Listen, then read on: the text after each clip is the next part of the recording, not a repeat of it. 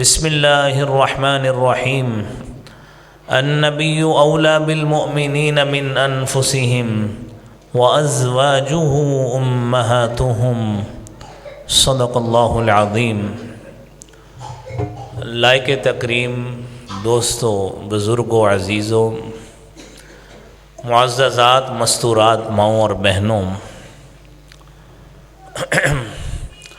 اللہ احکم الحاکمین کی حمد و ثنا کے بعد ان گنت لا تعداد درود و سلام جناب ختم المرسلین سید الاولین والآخرین خاتم النبیین جناب محمد الرسول اللہ صلی اللہ علیہ وآلہ وسلم کی ذات اقدس پر۔ حضرات محترم، سورہ احزاب کی 6 نمبر آیت آپ کے سامنے مختصر پڑھی ہے۔ رب کائنات اس آیت کریمہ میں جو پیغام دے رہے ہیں، النبی اولیٰ بالمؤمنین من انفسہم، نبی صلی اللہ علیہ وآلہ وسلم اولیٰ بالمؤمنین من انفسہم، مومنوں پر ان کی جانوں سے بھی زیادہ حق رکھتے ہیں۔ وازواجہ امہاتہم، اور آپ کی ازواج، آپ کی بیویاں ان مومنوں کی مائیں ہیں۔ حضرات محترم، ماں کا مقام کیا ہوتا ہے؟ شریعت مطہرہ میں ایک ماں کو کیا حیثیت حاصل ہوتی ہے، وہ مقام، وہ مرتبہ، وہ عظمت، وہ کسی سے پنہا نہیں ہے۔ اللہ احکم الحاکمین نے نبی کریم صلی اللہ علیہ وآلہ وسلم کی ازواج مطہرات کو مومنوں کی مائیں قرار دیا ہے۔ جس طرح ماں سے ساری زندگی نکاح نہیں ہو سکتا، ماں کا تقدس، اس کی عظمت اور اس کا سٹیٹس برقرار رہتا ہے، اسی طرح امہات المومنین جو مومنوں کی روحانی مائیں ہیں، ان کی حیثیت بھی انہی ماؤں جیسی ہے کہ ان سے بھی رسول کریم صلی اللہ علیہ وآلہ وسلم کے دنیا سے جانے کے بعد نکاح نہیں ہو سکتا۔ آپ اپنے دل میں یہ احساس لائیے کہ ام المومنین سیدہ عائشہ صدیقہ رضی اللہ تعالی عنہا آپ کے لیے طیبہ، طاہرہ، ذکیہ، مزکیہ، یہ وہ القابات ہیں جو کتب احادیث میں مختلف جگہ پہ مذکور ہیں۔ یہ آپ کے لیے القابات بولے جاتے ہیں۔ اور عفیفہ کائنات، کائنات کی وہ پاک دامن خاتون، وہ واحد خاتون جس کی تقدیس کے لیے، جس کی پاک دامنی کے لیے اللہ احکم الحاکمین نے سورہ نور کی ابتدائی 18 آیات نازل کی ہیں، وہ بھی حق اگر پہنچتا ہے تو ام المومنین عائشہ صدیقہ رضی اللہ تعالی عنہا کا ہے۔ سیدہ عائشہ صدیقہ رضی اللہ تعالی عنہا نبی کریم صلی اللہ علیہ وآلہ وسلم کی ازواج میں سے تیسرے نمبر پہ آپ کی بیوی تھی۔ آپ کی پہلی بیوی سیدہ خدیجہ رضی اللہ تعالی عنہا تھی، اور 10 نبوی میں یعنی نبوت کے 10ویں سال ام المومنین سیدہ خدیجہ رضی اللہ تعالی عنہا کا انتقال ہوتا ہے۔ اور یہ نبوت کا 10واں سال وہ سال ہے کہ جس میں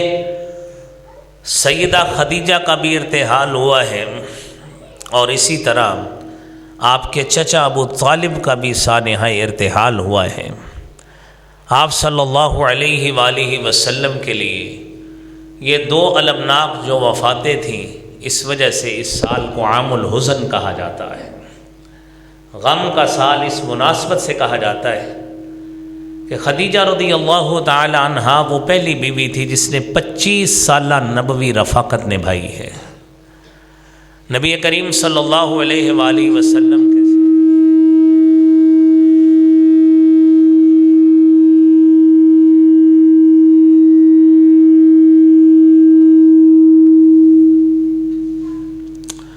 نبی کریم صلی اللہ علیہ وآلہ وسلم کے ساتھ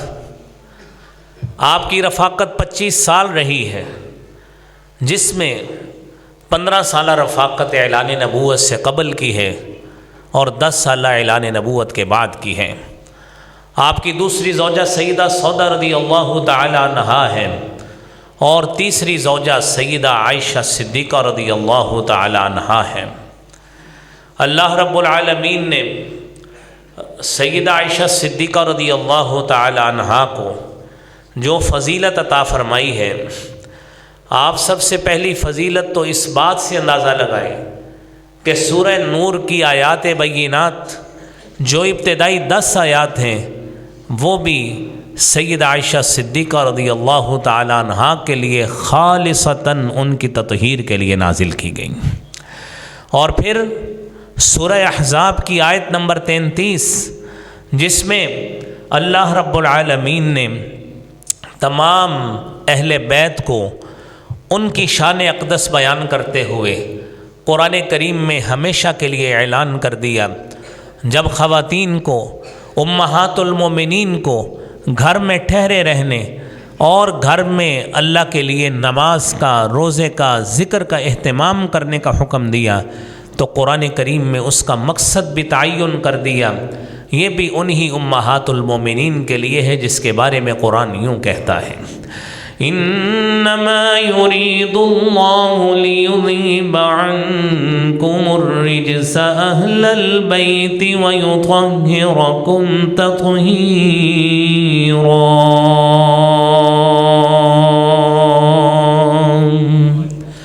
اللہ رب العالمین تمہیں گھر میں ٹھہرایا ہے، صرف ایک مقصد ہے کہ آپ گھر میں ٹھہری رہیں، اللہ رب العالمین کی آیات کی تلاوت کریں، وَأَقِمْنَا الصَّلَاةَ، نماز پڑھیں، زکوٰۃ ادا کریں۔ اللہ تعالیٰ تمہیں صرف یہ چاہتے ہیں لِيُذْهِبَ عَنْكُمُ الرِّجْسَ أَهْلَ الْبَيْتِ، کہ اے اہل بیت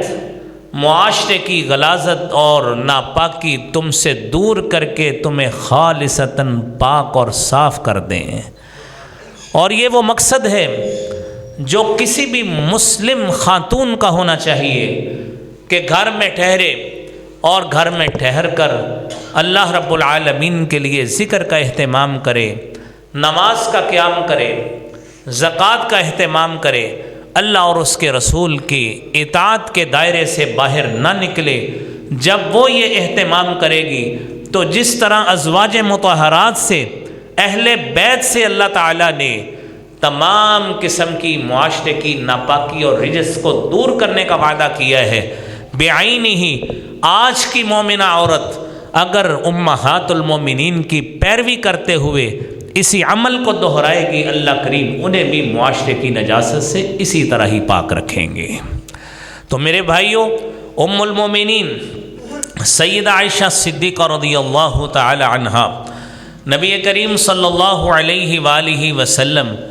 آپ اس اپنی زوجہ مطہرہ کے لیے مختلف مقامات پر، مختلف مواقع پر مختلف قسم کے فضائل اور خصائل بیان کیا کرتے تھے، اور آپ تصور کیجئے کہ وہ معاشرہ جو عرب کا معاشرہ تھا، اور وہ معاشرہ جس معاشرے میں ایک حربی قوت کا ہونا اور اس طرح کے فنون کا ہونا بڑا اس معاشرے میں ایک اہم تصور کیا جاتا تھا، ایک بہادری کا عنصر تھا۔ ام المومنین سیدہ عائشہ صدیقہ رضی اللہ تعالی عنہا کے لیے صحیح بخاری کی حدیث کے مطابق نبی کریم صلی اللہ علیہ وآلہ وسلم نے اپنی اس زوجہ کے لیے اپنا کندھا فراہم کیا۔ جب مسجد نبوی میں کچھ لوگ جہادی مظاہرہ کر رہے تھے، تیر اندازی کر رہے تھے، جہادی فنون کا مظاہرہ کر رہے تھے، ٹریننگ کر رہے تھے۔ ام المومنین سیدہ عائشہ صدیقہ رضی اللہ تعالی عنہا کے لیے رسالت مآب صلی اللہ علیہ وآلہ وسلم نے اپنا کندھا فراہم کیا کہ آپ اس پہ سہارا لگا کر اس مظاہرے کو دیکھیں، جب تک عائشہ صدیقہ پیچھے نہیں ہٹی نبی صلی اللہ علیہ وسلم اس سے اکتائے نہیں ہیں۔ میرے بھائیوں، ایک شوہر کے لیے یہ بات بھی ضروری ہے کہ ہر وہ معاملہ جو شریعت کے اندر ہو، اپنی بیوی کو فیسیلیٹیٹ کرنا، اپنی بیوی کے لیے، اپنی زوجہ کے لیے اس میں سہولت فراہم کرنا، یہ باتیں خامدوں کے لیے ضروری ہوا کرتی ہیں۔ نبی کریم صلی اللہ علیہ وآلہ وسلم اپنی اس زوجہ کے لیے اس کی فضیلت اپنی دیگر ازواج کے حوالے سے جو بیان کیا کرتے تھے، صحیح بخاری کی 3770 نمبر حدیث ہے۔ رسالت مآب صلی اللہ علیہ وآلہ وسلم فرماتے ہیں، فضل عائشہ علی النساء کفضل الثرید علی سائر الطعام، میری اس عائشہ کی فضیلت دوسری خواتین پہ اس طرح ہے کفضل الثرید علی سائر الطعام، جس طرح تمام کھانوں میں جو لیوش قسم کے اس وقت تیار کیے جاتے تھے، نبی کریم صلی اللہ علیہ وسلم نے فرمایا جس طرح سرید کو تمام کھانوں پہ فضیلت اور عظمت حاصل ہے، اسی طرح میری اس عائشہ کو ان تمام عورتوں پر اللہ رب العالمین نے فضیلت عطا فرمائی ہے۔ میری تمام ازواج مطہرات جتنی زندہ و جاوید موجود ہیں، ان سب پہ اگر فضیلت حاصل ہے تو ان میری عائشہ صدیقہ رضی اللہ تعالی عنہا کو حاصل ہے۔ میرے محترم بھائیوں، نبی کریم صلی اللہ علیہ وآلہ وسلم کی یہ زوجہ مطہرہ، یہ وہ خاتون ہیں جو نبی کریم صلی اللہ علیہ وآلہ وسلم کے لیے ازواج مطہرات میں سے سب سے محبوبہ خاتون تھیں، سب سے پیاری خاتون تھیں، اور آپ کا کنوارا ہونے کے ناطے پیار اور بڑھ جایا کرتا تھا۔ اور سیدنا عبداللہ بن عباس رضی اللہ تعالی عنہما بیان کرتے ہیں، مسند احمد کی حدیث ہے کہ اس زمانے میں جب سیدہ عائشہ صدیقہ کی وفات ہوئی ہے، اور میں یہ بات عرض کیے دیتا ہوں کہ نبی کریم صلی اللہ علیہ وآلہ وسلم کی یہ زوجہ مطہرہ جب آپ صلی اللہ علیہ وسلم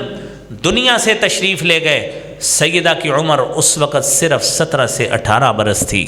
اور یہ وہ عمر ہے کہ جس میں ہمارے معاشرے میں اکثر بچیوں کے ابھی نکاح نہیں ہوتے۔ یہ وہ عمر ہے کہ اس عمر میں سیدہ عائشہ صدیقہ رضی اللہ تعالی عنہا بیوہ ہو گئی، لیکن ام المومنین ہونے کے ناطے سیدہ نکاح کسی سے نہیں کر سکتی تھی، کیونکہ جس سے بھی نکاح کرتی وہ ان کا روحانی بیٹا ہوتا، لہذا بیٹوں سے نکاح نہیں ہوا کرتا۔ اور سیدہ کی وفات 58 ہجری میں ہوئی ہے۔ نبی کریم صلی اللہ علیہ وآلہ وسلم کے دنیا سے جانے کے بعد سیدہ کتنے سال؟ 47 سال سیدہ عائشہ صدیقہ رضی اللہ تعالی عنہا زندہ رہی ہیں، لیکن اتنے سالوں میں ام المومنین سیدہ عائشہ صدیقہ رضی اللہ تعالی عنہا نے کسی سے نکاح نہیں کروایا۔ یہ ساری عمر پاک دامنی میں نکالی اور واقعتاً عفیفہ کائنات کہلانے کی مستحق ٹھہری۔ سیدہ عائشہ صدیقہ، ان کے حوالے سے عبداللہ ابن عباس بیان کرتے ہیں کہ مرض الموت میں 58 ہجری کی بات ہے کہ جب سیدہ عائشہ صدیقہ رضی اللہ تعالی عنہا اپنی زندگی کے آخری ایام میں تھی، اور کیفیت یہ تھی کہ لگ رہا تھا کہ اب آپ کا آخری وقت ہے۔ سیدنا عبداللہ ابن عباس مفسر قرآن، نبی کریم صلی اللہ علیہ وآلہ وسلم کے کزن ہیں، آپ ام المومنین سید عائشہ صدیقہ کے حوالے سے بیان کر رہے ہیں کہ آپ کی روح جیسے ہی آپ کے جسم سے پرواز کرے گی، آپ اپنے محبوب ترین لوگ جو روئے زمین پر سب سے بہترین لوگ ہیں، جناب محمد الرسول اللہ صلی اللہ علیہ وآلہ وسلم، اور آپ کے بعد افضل البشر بعد الانبیاء بالتصدیق، افضل البشر کائنات میں انبیاء کے بعد سب سے جو اولین جو جن کا فضیلت کا حق ہے سیدنا ابو بکر صدیق رضی اللہ تعالی عنہ۔ عبداللہ ابن عباس فرماتے ہیں کہ کائنات کے افضل ترین لوگوں سے یہ ہماری ماں آج ملنے والی ہے، اور واقعتاً ام المومنین سیدہ عائشہ صدیقہ رضی اللہ تعالی عنہ اس بیماری میں دنیا سے کوچ کر گئی، اور واقعتاً ایک دن جب آپ نے پوچھا تھا کہ اللہ کے پیارے حبیب صلی اللہ علیہ وآلہ وسلم، کیا وہ اولادیں یا وہ بیویاں جو نیک ہوں، خامد بھی نیک ہوں، کیا مرنے کے بعد ان کی اپنے خامدوں سے یا اولاد کی اپنے والدین سے ملاقات ہوگی؟ تو اللہ رب العالمین کے قرآن کی آیت نبی کریم صلی اللہ علیہ وآلہ وسلم نے پڑھ کے سنائی، والذین آمنوا واتبعتهم ذریتهم بإیمان الحقنا بهم ذریتهم وما ألتناهم من عملهم من شيء كل امرئ بما كسب رهين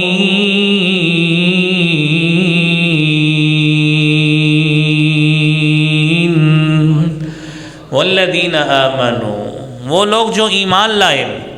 واتبعتهم ذریتهم بإیمان،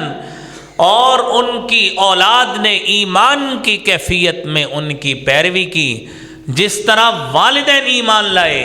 اولاد نے بھی ان کی ایمان کی کیفیت میں پیروی کی۔ میرا رب فرماتا ہے الحقنا بہم ذریتہم، ہم ان کی اولادوں کو مرنے کے بعد ان سے ملا دیں گے۔ لہذا میرے بھائیوں، آج اپنی اولاد کی ایسی تربیت کر لیجئے، آج اپنے اولاد کی ایسی الائنمنٹ کیجئے، آج ان کو مسجد میں نمازی بنا لیجئے، آج انہیں قرآن کی تلاوت کا عادی بنا لیجئے، آج انہیں جھوٹ سے روک لیجئے، آج انہیں غیبت سے روک لیجئے، آج گالی گلوچ سے روک لیجئے، آج بد اخلاقی اور بد خلقی سے روک لیجئے، آج اچھے اخلاق کی صفات اپنے بچے کے کردار کا زیور بنا دیجئے، خود اچھے عمل کرتے رہیے، اور کل انشاءاللہ یہی اولاد ہوگی جو مرنے کے بعد صدقہ جاریہ بھی بنے گی اور انشاءاللہ ہم سے ملاقات بھی کرے گی۔ میرے محترم بھائیوں، ام المومنین سیدہ عائشہ صدیقہ رضی اللہ تعالی عنہا نبی کریم صلی اللہ علیہ وآلہ وسلم سے آپ کا نکاح ہوا، آپ کے عقد میں آ گئیں۔ وقت ایسا بھی آیا کہ ام المومنین سیدہ عائشہ صدیقہ رضی اللہ تعالی عنہا پر ایسا موقع بھی آیا جب منافقین کی طرف سے آپ رضی اللہ تعالی عنہا کے کردار پر تہمت لگی، اور قرآن کریم میں اس واقعہ کو افک کا واقعہ کہا جاتا ہے، اور افک کا معنی لفظی طور پہ یہ ہوتا ہے حقیقت کو الٹ دینا، یعنی وہ کردار، وہ سیرت جو پاک دامن سیرت تھی، وہ کردار جو پاک دامن کردار تھا، وہ کردار جس کے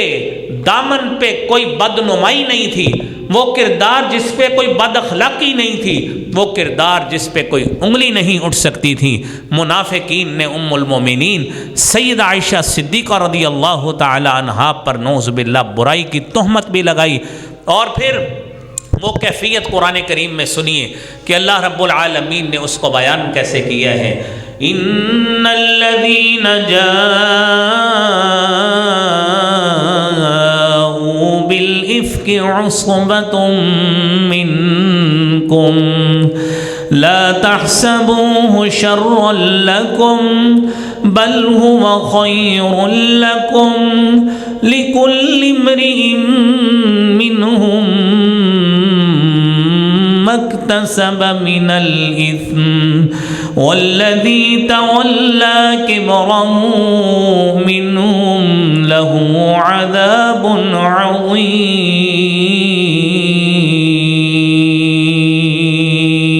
عظیم۔ ان الذین جاءوا بالافک، وہ لوگ جو اس معاملے میں افک والے معاملے میں آئے، جنہوں نے اس معاملے کو پروپوگیٹ کیا، لا تحسبوہ شرا لکم، اے مومنو اس کو اپنے لیے برا خیال مت کرنا، یہ تمہارے لیے بہتر ثابت ہوگا۔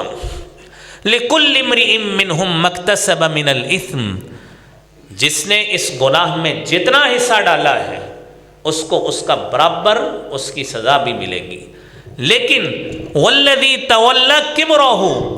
جو اس معاملے میں سب سے بڑا جس کا کردار رہا ہے، اس کے لیے بڑا عذاب اللہ رب العالمین نے تیار کیا ہے۔ اور اس حوالے سے جو سب سے بدترین کردار میرے بھائیوں ادا کیا ہے وہ منافقین کے سردار عبداللہ بن ابی نے ہی ادا کیا تھا۔ اور کیفیت یہ تھی کہ مدینہ منورہ میں نبی کریم صلی اللہ علیہ وآلہ وسلم جب تشریف لائے اور مدینہ منورہ کو اپنا مسکن بنایا، مسجد نبوی کو اپنے لیے ہر لحاظ سے ایک بنیادی بیس کیمپ بنایا، جس مسجد میں نمازیں بھی پڑھی جاتی تھی، جس مسجد سے لشکر اور جیوش بھی روانہ ہوا کرتے تھے، جس مسجد میں لوگوں کے مسائل کو حل کرنے کے لیے باقاعدہ مصالحتی کونسل کا بھی انعقاد کیا جاتا تھا، اسی مسجد نبوی میں جس مسجد میں نبی کریم صلی اللہ علیہ وآلہ وسلم لوگوں کے ساتھ دوسرے ادیان کے جو پیروکار ہوتے تھے ان کے ساتھ وہاں پہ مختلف قسم کے مباحثہ جات اور دین کے معاملات بھی وہاں پہ طے کیا کرتے تھے، اسی مسجد میں سارا کچھ ہوتا تھا۔ منافقین کو یہ بات نہیں بھاتی تھی، انہیں نبی کریم صلی اللہ علیہ وآلہ وسلم کے کردار کے حوالے سے، آپ کے بڑھتی ہوئی عظمت کے حوالے سے، بڑھتے ہوئے کردار کے حوالے سے آپ کا کردار اور آپ کا مرتبہ ہضم نہیں ہو رہا تھا، لہذا انہوں نے آپ کے خلاف سازش یہ کی، نعوذ باللہ ایک دن یہ بات کہہ دی کہ ہم اس علاقے کے معزز ترین لوگ ہیں اور ہم یہاں کے ذلیل ترین لوگ، نعوذ باللہ محمد الرسول اللہ صلی اللہ علیہ وسلم کو یہاں سے نکال پھینکیں گے۔ قرآن کریم میں سورہ منافقون میں اس کا تذکرہ موجود ہے۔ یقولون لئن رجعنا إلى المدینة لیخرجن الأعز منها الأذل وَلِلَّهِ الْعِزَّةُ وَلِرَسُولِهِ وَلِلْمُؤْمِنِينَ وَلَكِنَّ الْمُنَافِقِينَ لَا يَعْلَمُونَ۔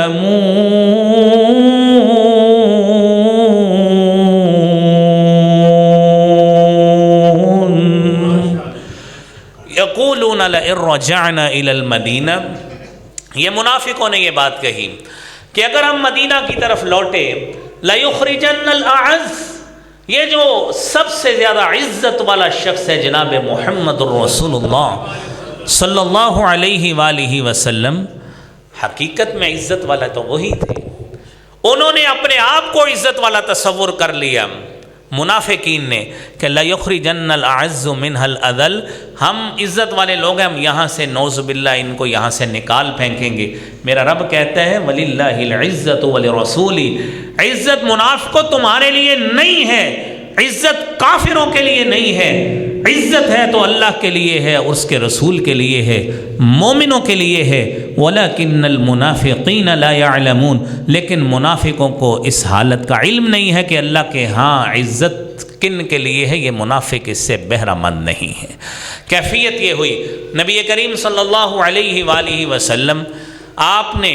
جب بھی کسی غزوے پہ جانا ہوتا تھا، رسالت مآب صلی اللہ علیہ وآلہ وسلم اپنی ازواج مطہرات کے حوالے سے قرآن اندازی کیا کرتے تھے، اور جس خاتون کا نام نکلتا نبی کریم صلی اللہ علیہ وآلہ وسلم اس خاتون کو اپنے ساتھ لے کر جاتے اور اس کو اپنے سفر کا ساتھی بناتے۔ لیکن ایک غزوہ ایسا بھی آیا کہ غزوہ بنی مستلق جو 5 ہجری میں لڑا گیا ہے، نبی کریم صلی اللہ علیہ وآلہ وسلم نے اس غزوہ کے لیے جب قرآن اندازی کی تو نام آیا ام المومنین سیدہ عائشہ صدیقہ رضی اللہ تعالی عنہا کا، اور کیفیت یہ ہوئی جب ان کا نام آیا آپ ان کو ساتھ لے گئے، اور سیدہ کی کیفیت یہ تھی کہ ام المومنین سیدہ عائشہ صدیقہ رضی اللہ تعالی عنہا ایک بالکل ہلکے جسم کی خاتون تھی، بالکل دبلی پتلی خاتون تھی، اور آپ تصور کیجئے کہ جب آپ دنیا سے گئے ہیں تو 17-18 سال عمر تھی، 5 ہجری کی بات یہ ہے کوئی 12-13 سال کے درمیان کی عمر تھی۔ اب آپ صلی اللہ علیہ وآلہ وسلم ان کو ساتھ لے گئے، جنگ ہو گئی، کام ختم ہوا۔ تو چونکہ اس وقت دو بدو جنگیں ہوتی تھیں اور فزیکلی جنگیں ہوتی تھیں، پورا ایک لشکر جیش جاتا تھا، وہاں پہ جنگ کرتے تھے، کچھ لوگ شہید ہو گئے، کچھ زخمی ہو گئے، تو بعد میں ان کی تدفین کر کے وہاں سے فارغ ہو کر واپس آیا کرتے تھے۔ جنگ مسلمانوں نے جیت لی، وہاں پہ کیفیت ایک اور ہوتی تھی کہ اونٹوں پہ سواریاں ہوتی تھی اور اونٹوں پہ ایک ہودج ہوتا تھا، ایک باکس نما، ایک ڈبہ نما ایک چیز ہوتی تھی، اور اس میں آپ صلی اللہ علیہ وسلم، آپ کی ازواج، ان کے لیے اس میں جگہ ہوا کرتی تھی۔ ام المومنین سیدہ عائشہ صدیقہ رضی اللہ تعالی عنہا کی بھی اسی میں جگہ تھی۔ جنگ ختم ہو گئی، لوگ قافلہ لے کر واپس چل پڑے، لیکن نبی صلی اللہ علیہ وآلہ وسلم نے باقی ماندہ چیزوں کو سمیٹنے کے لیے، تاکہ کوئی چیز پیچھے نہ رہ جائے، 1-2 لوگوں کی ڈیوٹی لگائی ہوتی تھی کہ آپ نے ہم سے سب سے آخر میں کچھ وقت ٹھہر کے آنا ہے کہ ایسا نہ ہو کہ کوئی چیز پیچھے رہ جائے اور بعد میں ہم سے وہ بھول جائے اور ادھر ہی رہ جائے۔ ام المومنین سیدہ عائشہ صدیقہ، کیونکہ اس زمانے میں ایسے باتھ رومز نہیں ہوتے تھے، قضاء حاجت کے لیے چلی گئی۔ اظفار ہار آپ کا موتیوں کا تھا، وہ گم ہو گیا، ڈھونڈنے چلی گئی، قضاء حاجت کے لیے چلی گئی ادھر۔ تو جو ہودج کو رکھنے والے تھے، ہلکا جسم تھا، انہیں احساس ہی نہیں ہوا کہ اس میں عائشہ ہے بھی ہے کہ نہیں ہے، انہوں نے اس خالی کو ہی اٹھا لیا، اونٹ پہ رکھ دیا، قافلہ چل پڑا۔ قافلہ چل پڑا، جب ام المومنین سیدہ عائشہ صدیقہ رضی اللہ تعالی عنہ اس جگہ پہ آئی، آ کے دیکھا قافلہ تو موجود ہی نہیں ہے، پریشانی ہوئی، سوچا میں اسی جگہ پہ جاتی ہوں جہاں سے اونٹ موجود تھا، جس پہ میں نے بیٹھنا تھا، وہیں پہ جاتی ہوں۔ آپ صلی اللہ علیہ وآلہ وسلم کے صحابی حضرت صفوان بن معطل سلمی رضی اللہ تعالی عنہ، ان کی ڈیوٹی لگی تھی کہ آپ نے باقیات چیزیں ڈھونڈنی ہے، یا ان باقی ماندہ چیزوں کے لیے آپ کی ڈیوٹی۔ پردے کا حکم نازل ہونے سے پہلے حضرت صفوان بن معطل رضی اللہ تعالی عنہ نے ام المومنین سیدہ عائشہ صدیقہ کو دیکھا بھی ہوا تھا۔ عائشہ جو ہے وہ کپڑا لے کر اپنا آرام کرنے لگ گئی، نیند آ گئی،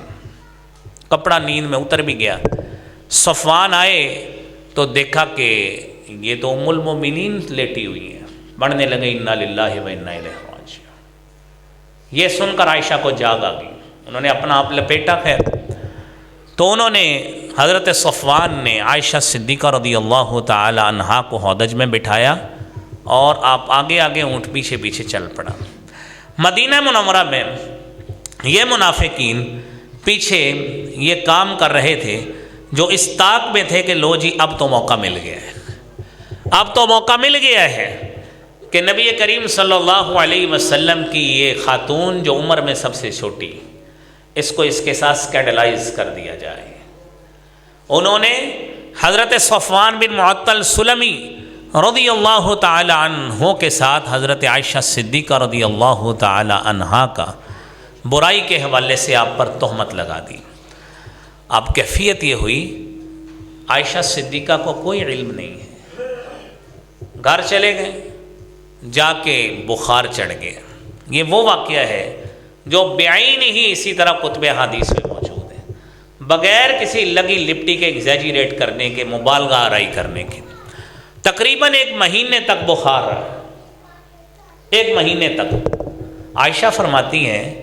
کہ میں نے خود ہی تصور کیا کہ نبی کریم صلی اللہ علیہ وآلہ وسلم کا مزاج پرسی کرنے کا انداز تھوڑا تھوڑا بدلا ہوا ہے۔ خیر جب صحت یابی ہوئی تو رات کو خواتین قضاء حاجت کے لیے باہر جاتی تھی، میں بھی چلی گئی۔ تو راستے میں حضرت مصطح بن اثاثہ رضی اللہ تعالی عنہ، تہمت لگانے والوں میں بڑے کردار سنیے۔ عبداللہ بن ابی رئیس المنافقین، مصطح بن اثاثہ، حمنہ بنت جہش، حسان بن ثابت، سارے بعد میں مسلمان ہو گئے، سب نے اب اپنی صحیح کیفیت میں اسلام قبول کیا، بعد میں نبی صلی اللہ علیہ وسلم کے صحابی بن گئے۔ خیر ہوا یہ کہ حضرت مصطح بن اثاثہ جو ابو بکر صدیق کے قریبی عزیز تھے، وہ بھی اسی تہمت لگانے والوں میں شامل۔ مستح کی ماں عائشہ کے ساتھ واپس آ رہی ہے قضاء حاجت کر کے، راستے میں پاؤں پھنسا مستح بن اثاثہ کی ماں کا۔ عائشہ کا بھولا پن دیکھیے کہ مستح کی ماں کہتی ہے ہائے مستح تو غارت ہو، میرا پاؤں پھنس گیا۔ عائشہ آگے سے کہتی ہیں کہ اے مستح کی ماں، وہ تو بدری سے ابھی آپ نے اس کے بارے میں اتنا بڑا لفظ بول دیا ہے۔ کہتی آپ کو نہیں پتا اس نے آپ کے بارے میں کیا کہا؟ عائشہ کہتی مجھے تو کچھ بھی پتہ نہیں ہے۔ ان کو بتایا کہ مستح نے آپ کے بارے میں کردار کے حوالے سے یہ باتیں کی۔ گھر چلی گئی، آپ صلی اللہ علیہ وسلم سے جا کے کہا کہ اللہ کے رسول صلی اللہ علیہ وآلہ وسلم آپ مجھے اپنے والد کے گھر جانے کی اجازت دیجیے۔ آپ نے کہا چلی جائیں۔ آپ صلی اللہ علیہ وسلم نے اپنے لوگوں کو اکٹھا کیا اور خطبہ دیا، فرمایا یا معشر المسلمین من یعذرنی من رجل قد بلغنی اذاہ فی اہل بیتی، کون شخص ہے جو میری مدد کرے اس کیفیت میں، اس شخص کے بارے میں جس کی اذیت کا سلسلہ اب میرے گھر تک پہنچ چکا ہے۔ عبداللہ بن ابی نے یہ کام کیا تھا۔ خیر صحابیوں میں سے سب سے پہلے آپ صلی اللہ علیہ وسلم کے صحابی کھڑے ہوئے اور انہوں نے کہا، حضرت سعد بن معاذ رضی اللہ تعالیٰ عنہ نے، اللہ کے رسول قبیلہ اوس کا سردار میں ہوں، بتائیے اگر وہ میرے قبیلہ میں سے ہے میں اس کی گردن اڑا دوں۔ سعد بن عبادہ کھڑے ہوئے۔ خیر یہ مختلف کیفیات ہوئی۔ آپ صلی اللہ علیہ وسلم نے انفرادی طور پر لوگوں سے، اپنے صحابہ کرام سے اپنی زوجہ مطہرہ سیدہ عائشہ صدیقہ رضی اللہ تعالی عنہا کے حوالے سے مشاورت شروع کی۔ اسامہ بن زید سے پوچھا، اسامہ بتاؤ میری زوجہ کے بارے میں آپ کیا رائے رکھتے ہیں؟ اسامہ کہتے ہیں اللہ کے رسول صلی اللہ علیہ وسلم ما وجدتها الا فی خیر، میں نے جب بھی عائشہ کو پایا بھلائی کے عالم میں ہی پایا، میں نے کبھی ان کے کردار میں ایسی چیز نہیں دیکھی۔ حضرت علی رضی اللہ تعالیٰ عنہ کو پوچھا کہ علی آپ بتائیے میری زوجہ کے بارے میں آپ کی کیا رائے ہے؟ علی کہتے ہیں اللہ کے نبی صلی اللہ علیہ وسلم اللہ نے آپ کے لیے بہت ساری بیویاں رکھی ہیں، لگ بھی گیا الزام کوئی اور کر لیں۔ حضرت عمر فاروق رضی اللہ تعالیٰ عنہ سے پوچھا، عمر فاروق کہتے ہیں اللہ کے رسول صلی اللہ علیہ وسلم آپ بتائیے آپ کی شادی کس نے کروائی تھی؟ آپ کا یہ عائشہ سے نکاح کس نے کروایا تھا؟ نبی کریم صلی اللہ علیہ وسلم فرماتے اللہ تعالیٰ نے۔ عمر فاروق فرماتے ہیں اللہ نے آپ کو 2 نمبر کردار کی خاتون دی تھی۔ یہ ہے دانشمندی کی بات۔ یہ میں نے اپنی زبان میں یہ بات کی ہے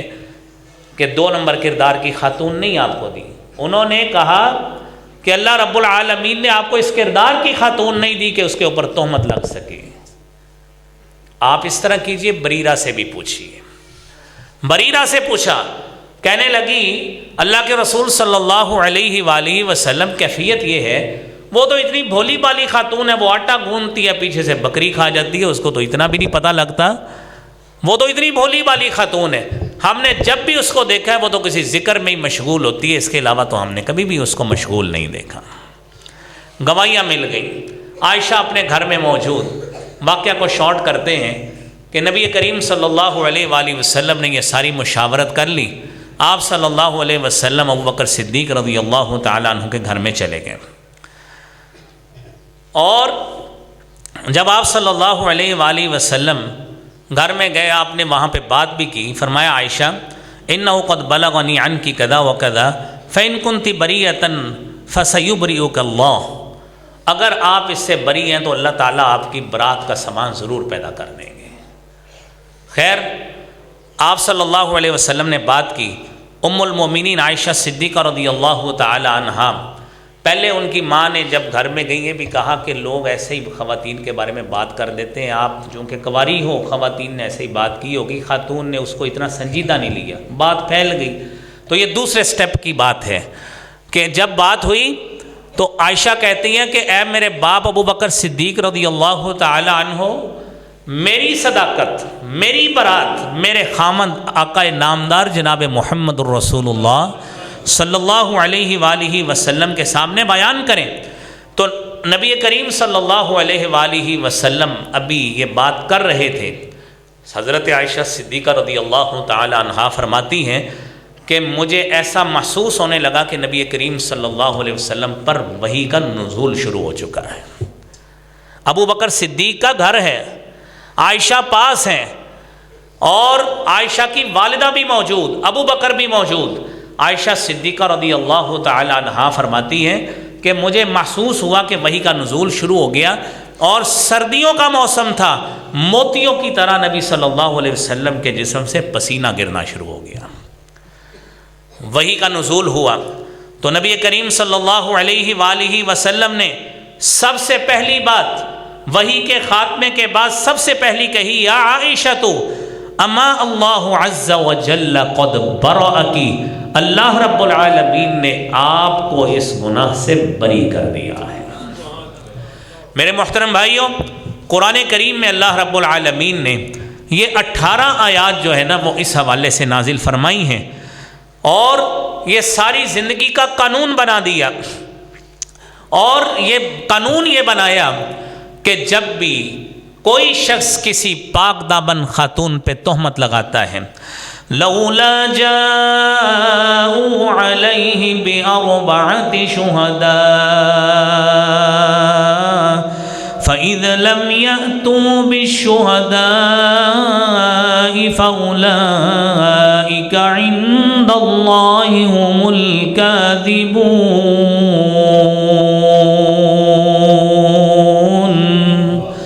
جب بھی کوئی ایسا معاملہ ہو، آپ کے پاس 4 گواہ ہونے چاہیے۔ ان لوگوں نے جنہوں نے عائشہ صدیقہ رضی اللہ تعالی عنہا پر تہمت لگائی ہے، آپ کی نسبت برائی کو کیا ہے، برائی آپ کی نسبت کی، تو یہ 4 گواہ کیوں نہیں لائے؟ جب یہ 4 گواہ لانے کے ناقابل رہے، فَأُولَئِكَ عِندَ اللَّهِ هُمُ الْكَاذِبُونَ، یہ اللہ کے ہاں سب سے بدترین جھوٹے شمار ہوئے کہ انہوں نے نبی صلی اللہ علیہ وسلم کے گھر پر حملہ کیا، ان منافقین نے، لیکن اس کے باوجود 4 گواہ لانے سے قاصر رہے۔ اور پھر شریعت کا ایک پکا قانون بن گیا کہ کوئی شخص بھی اگر پاک دامن خاتون پہ تہمت لگاتا ہے، اس کی سزا کیا ہے؟ والذین یرمون المحصنات ثم لم یأتوا بأربعۃ شہداء فاجلدوهم 80 جلدة ولا تقبلوا لهم شهادة أبدا وأولئك هم الفاسقون۔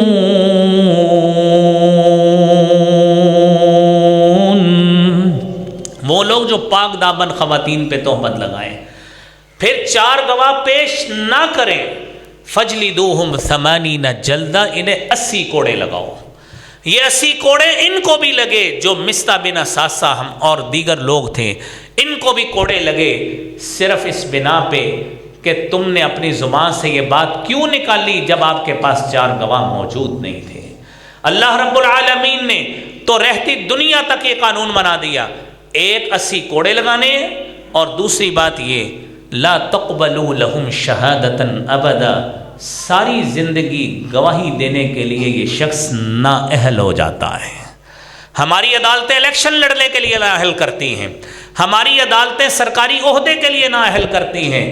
شریعت کا اصول ہے جو خاتون کی عزت سے کھیلتا ہے اس کو ساری زندگی گواہی دینے کے لیے نااہل کر کے رکھ دو، یہ شریعت کا قانون ہے۔ اور ہمیں یہ سبق دیا گیا، وَلَوْلَا إِذْ سَمِعْتُمُوهُ قُلْتُمْ مَا يَكُونُ لَنَا أَن نَّتَكَلَّمَ بِهَذَا سُبْحَانَكَ هَذَا بُهْتَانٌ عَظِيمٌ۔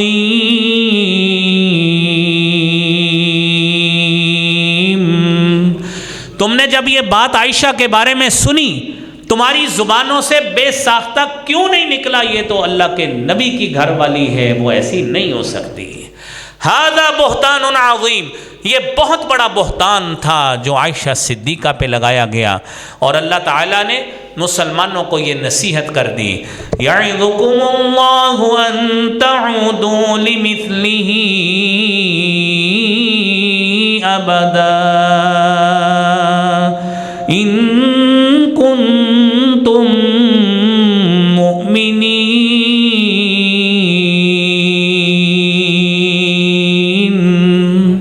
اللہ رب العالمین نے تمہیں نصیحت کی ہے کہ کبھی بھی ایسا عمل دوبارہ نہیں دہرانا، ورنہ شریعت کا جو اصول اور قانون ہے وہ تمہارے اوپر لاگو ہوگا، تہمت کے 80 کوڑے لگیں گے، تا حیات گواہی سے بھی نااہل ہوگے۔ میرے محترم بھائیوں، عائشہ صدیقہ کی یہ پاک دامنی، ام المومنین کی یہ پاک دامنی ساری زندگی قیامت تک انشاءاللہ تعالی قرآن میں اسی طرح ہی پڑھی جائے گی۔ اللہ رب العالمین ہماری خواتین کو بھی عائشہ صدیقہ جیسا پاک دامن کردار عطا فرمائے اور ان کو عائشہ صدیقہ جیسی سیرت اپنانے کی توفیق عطا فرمائے۔ وآخر دعوانا ان الحمد للہ رب العالمین۔